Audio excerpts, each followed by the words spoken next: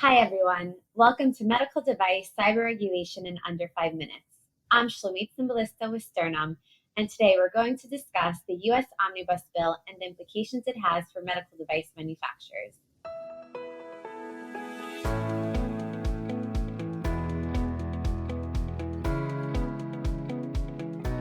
The U.S. government recently passed the Omnibus Bill, providing the FDA with new authority when it comes to cybersecurity of medical devices.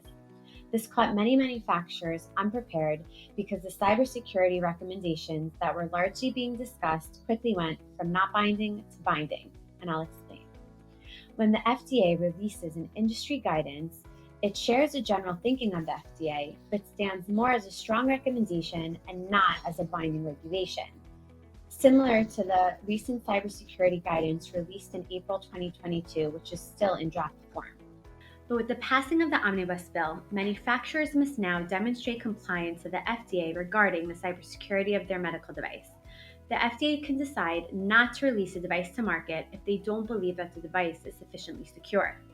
I would like to note that this only applies to submissions that are being sent to the FDA after March 2023 and would not affect any submissions currently undergoing review.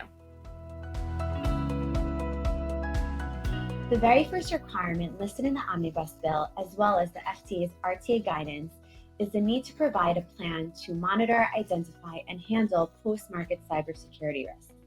What we're seeing is the FDA putting post-market surveillance at the forefront of their plan to handle cybersecurity in medical devices. I think this speaks to the current situation where many hospitals in the US are working with thousands of legacy devices that run on outdated software with many vulnerabilities. By requiring manufacturers to provide a plan to handle post-market cybersecurity risks from day one, I believe the FDA is creating a scenario where this won't continue to happen in the future years.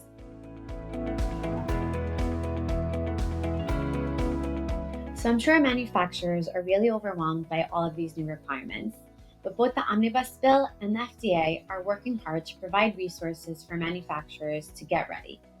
The Omnibus Bill itself provides a number of responsibilities placed on the FDA as a result of this.